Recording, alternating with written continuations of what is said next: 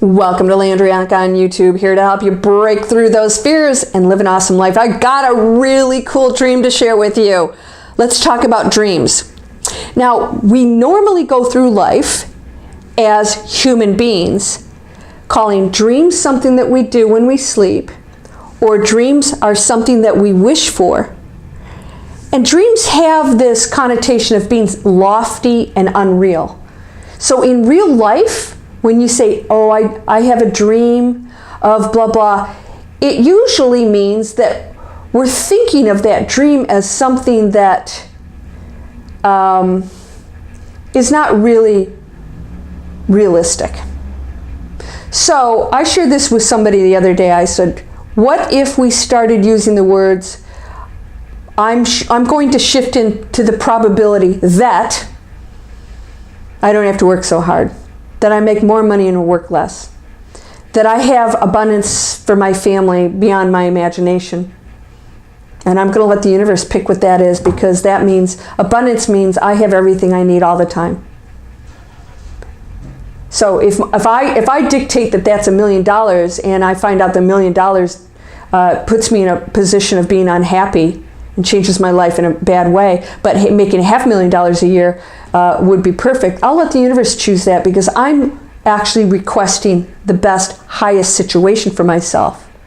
So it becomes a reality for me. So let's talk about dreams. I know that the human mind discounts so many things and separates. We constantly separate ourselves from dreaming, that person, this person. We separated things according to material world. So anything that's not material, we have a tendency to not pay attention to it. And now I know that there's massive amounts of people that are getting this. Dreams are important. They're messages constantly. You're now communicating to your higher self and other resources, answers, information, knowledge, creativity, ideas, opportunities coming through, because the ego has stepped aside. Now there's still some of that involved, because you're still the person. You will bring some of those feelings and issues when you go into that dream state that is still a real world. Everything's real. Even your dreams are real. You are in it. Doesn't it seem sometimes more real than this?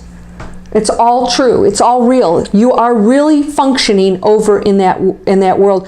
Now we wake up, and if we remember dreams, we still think of them as dreams, and then we go, wow, that was weird. And not saying, wow, I just got a major message and I'm blowing it off. I'm going to share one with you, and I think I have a pretty good idea of what this means. Last night, I dreamt Koo was in the dream. I found out that he was just below my bedroom sleeping, so maybe it was his dream. He was invading my dream, which was fun. In the dream, people had multiple realities going on. And I couldn't figure it out at the time, but when I woke up, I realized that's what it is. All right, hear me out.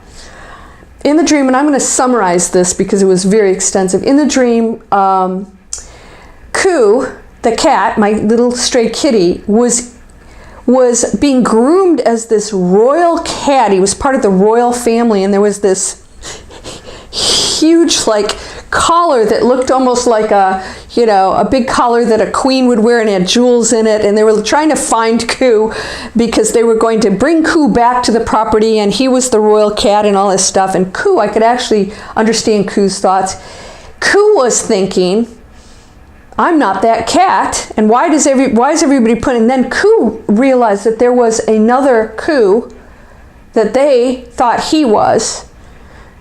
And it was Koo. The other Koo was Koo, but it was another reality of Koo. And Koo, that they finally caught and put this big royal collar on, he's running around. He resigned to the fact that he was he's now in this reality, and he's like, he was the stray kitty running around like a nut. And now he was stepping into the reality of this other cat that they thought he was. So he stepped into a new reality and accepted that. But he knew, as animals know, that there was another reality of which that wasn't him. But he stepped into the new reality. there was a little girl there, and they were trying to find her grandfather, who was royalty. He had this beautiful, like, picture like the 1600s kind of royal kind of things, you know, the big sleeves and stuff. Her grandfather, they were trying to unite the grandfather. I won't go into the details, but I was involved in this, and this young girl was trying to find him, and they were trying to get him together and bring them back into the family just like they were with the cat. So all of this royal family finally comes together, and the grandfather, who is a king, he reunites with his granddaughter, and they started dancing. And then I shifted into another reality, and I was in a room in an old folks' home, and that exact same man, he was wearing a costume, was dancing with his granddaughter, and he had dementia. And while he was dancing with her, he was in the other reality. Up here, he was in that other reality where he truly was a king, and that was his granddaughter, and little Coo the cat was running around with this royal collar. And I was watching this, and I realized that that man who had dementia actually really was in that other reality, even though he was standing there. And everybody's going, oh, that's cute. You know, he dresses like a king. He thinks he's a king. They go along with it. When in reality, he actually was crossing over into that other world, that other reality. So when he was dancing with her, that's where he was. Does this make sense to you? We're always switching into realities. Even in those dreams states, those are real worlds that we're going into. We're constantly shifting. So there may be people here who are insane that are talking, and there's somebody else, and they're actually in that other reality. And I don't mean in their head. I mean literally living in that other reality. They're believing it, thinking it, feeling it. Everybody around them is in that reality in their energy field. Is this a little bit out there?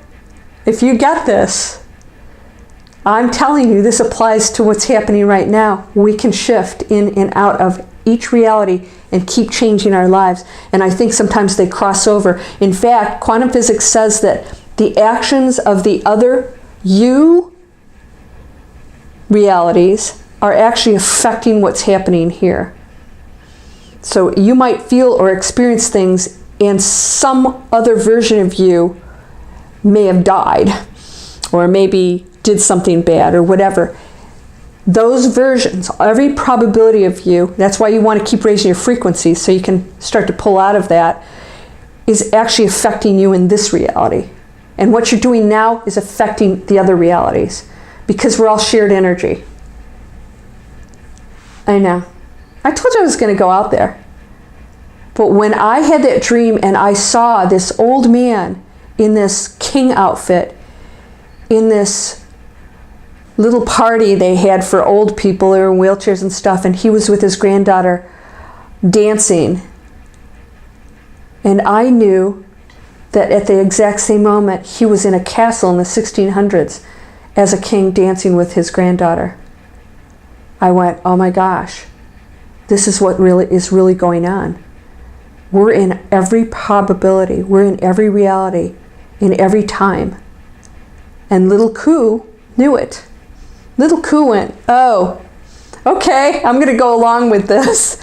He knew that they had the wrong Coo, that the other Coo was the royal cat, and that he was a Coo coming from another reality, and he went along with it. And I read his thoughts, and I went, oh my gosh, he gets it. He like totally accepts this. We're the ones that don't. Which is why we're not shifting into the realities we want, because we don't even think that is possible or exists. That's why the focus and your imagination is so powerful. You can actually create that by pulling that reality. Everything exists. If you can think about it, it exists. You can pull it into your existence right now.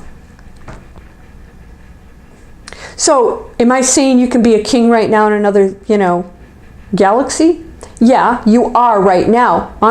I'm sharing with you that what you have right now in this role that you chose to play, you can shift the outcome of this character.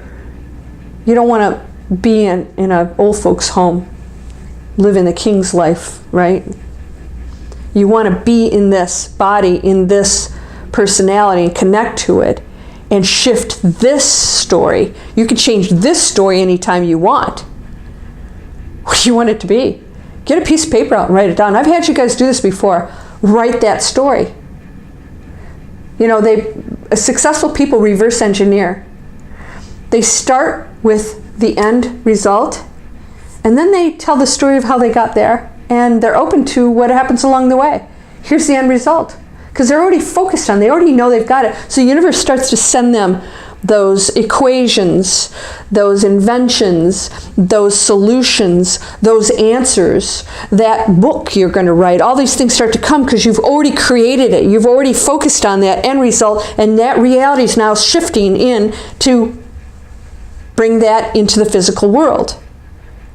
So that dream I had, that's all it was showing me. And it was mind-blowing, but it was sort of, it just blew my mind at the end when he was dancing with her. I went, oh my God. He really is in that castle right now. This is not a crazy man. But that's not what everybody else saw. So, you control your world. You can shift. It's powerful. And if you start with that end result and you focus on that end result and not what's happening at the moment that you don't desire, these things will start to shift to get you there. Yes, you should live in the now. That's all there is. But the now of you feeling and believing and thinking in that probability is what creates it. So instead of saying, oh, you're thinking in the future, you're supposed to be in the now. This is the now thinking of the future. The now is what says, I already know that exists. I'm going to now live that life of that end result that I desire. And then when you get there, you're going to have a new goal and all this other stuff. I hope you enjoyed this fun little exercise that I did with you. It's real. Start paying attention to those dreams. Start to pay attention to those messages and all the things that you're getting. And by the way, don't you be afraid. I don't want to get to detail because I don't want to like freak anybody out, but I did have a dream where bodies were chopped up and put into a bag and whatever. And I wasn't even afraid or appalled at that. When I woke up, I realized that message was so powerful that it was an ending of something, and that those bodies, by the way, didn't die. They were trying to come back. It was an ending of the old traditional way of being a human being, and it actually was so literal. It was sort of disgusting to think that that's the dream. That dream was so dramatic. It was such a message. And because I didn't have any fear in it or like, oh, it was horrible. So even when you get stuff like that in human terms could be disgusting, like have you lost your mind, or you like, what's going on, it's evil, was not at all. I realized when I woke up that was not evil. That was a major message that these things are being dismantled and put in black bags and hung up on hooks, and they were still trying to get out, by the way. And that didn't freak me out. I didn't go, ah! It wasn't like zombies, kind of thing. When I woke up, I realized how symbolic that was. And that I had no attachment to those beings. They were not really people. They were just a symbol of what's going on here. And it was really actually very positive. So really look at them. Don't judge them from an ego human standpoint. Look at them and like, what could this possibly mean? I told you about my dream about the huge snakes in the water, in the murky water. No fear at all. I had no fear at all. And that's my biggest thing, snakes. And I actually pushed them, and they didn't even bother me. They took off. They were huge. I mean, huge. Huge. I woke up and I thought anybody else would go, oh, I was dreaming about snakes. No, I was dreaming about how I wasn't afraid anymore, and that my biggest fear as a human being didn't faze me at all. Didn't bother me in the least bit. And that I realized I was in control now. And that I pushed it away, and that it didn't have any bad intentions. It just was. And I was at peace with it. And I was in murky water, and I hate murky water. I'm a diver. I would never dive in murky water. If I can't see, if I can't see like, mile down I'm not getting in the water. And so all of these things, underwater too. So instead of being afraid, when you wake up, that's powerful. I was facing my absolute former worst fears, and now I live in harmony with them. So take those, look at them, they're powerful, they're wonderful, wonderful messages. And you are really living in that moment. You are actually physically, as a spirit, there. So have fun with that. You can actually control that. If you go into lucid dreaming, you can actually control what happens. You can ask for messages. You can ask to meet guides or whatever. You won't always get what you want. That's okay. So have fun with it. This is really powerful, awesome stuff. People are having more and more of these powerful dreams. Pay attention, write them down. I write them down. You may also see visions of the future. You can always change that too. If it's your future, you can change anything. You're whole, perfect, strong, powerful, loving, harmonious, and happy. Blessings to you, my friend. Have fun. Explore. Explore your limitless realities. Namaste.